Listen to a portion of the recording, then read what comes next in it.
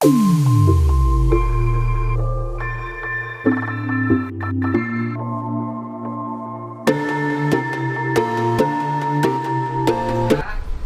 penjelasan pertanyaan kedua nih, pada karismatik.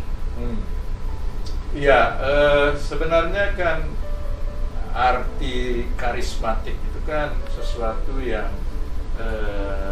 mewarnai hidup kita karena karunia yang diberikan oleh Tuhan, bukan semata-mata aliran karismatik atau kelompok karismatik.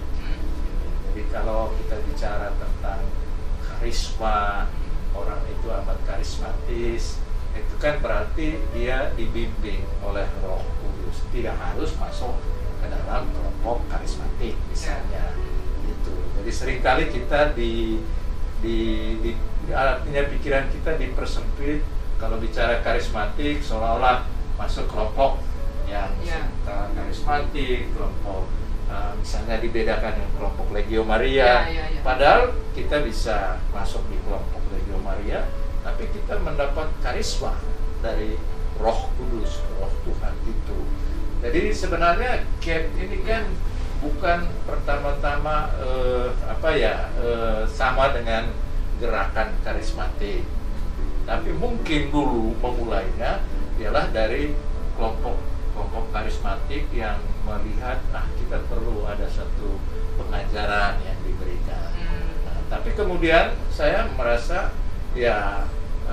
soal pengajaran dalam satu paroki, dalam satu keuskupan, apalagi menyangkut pengajaran iman, itu harus ada di bawah tanggung jawab Bapak Uskup. Kalau di paroki di bawah tanggung jawab paroki. Maka tidak benar untuk dikatakan bahwa CAP itu tidak benar, seolah-olah hanya dilakukan oleh kelompok karismatik gitu ya, atau semata-mata mengikuti gaya karismatik. Tapi mohon diingat ya, gaya hidup karismatik, kelompok karismatik itu sesuatu yang baik dalam gereja kita, diizinkan oleh harus. Tapi untuk lagu-lagu yang riang itu gitu? Dalam kelompok mereka boleh saja. Tapi kalau dalam liturgis kan nggak bisa kan? Ya dalam liturgi tentu kita harus mempertimbangkan yang lain-lain ya, gitu. Jadi ada aturan-aturannya. Tetapi kalau misalnya kelompok karismatik mengadakan ekaristi khusus untuk kelompok mereka, ada hal-hal yang bisa diizinkan gitu ya. Jadi ya mungkin orang merasa tidak bisa dipaksakan juga sih ini. Hanya kita jangan berpandangan bahwa CAP itu adalah gerakan karismatik semata-mata ya. Bukan ya. Tapi ini bagi saya itu satu gerakan yang harus dikembangkan oleh keuskupan kita. Karena saya katakan, saya tidak tahu kapan umat saya belajar kitab suci secara bersama-sama, secara kontinu. Itu kayak kelemahan intensif, kelemahan Katolik gitu ya.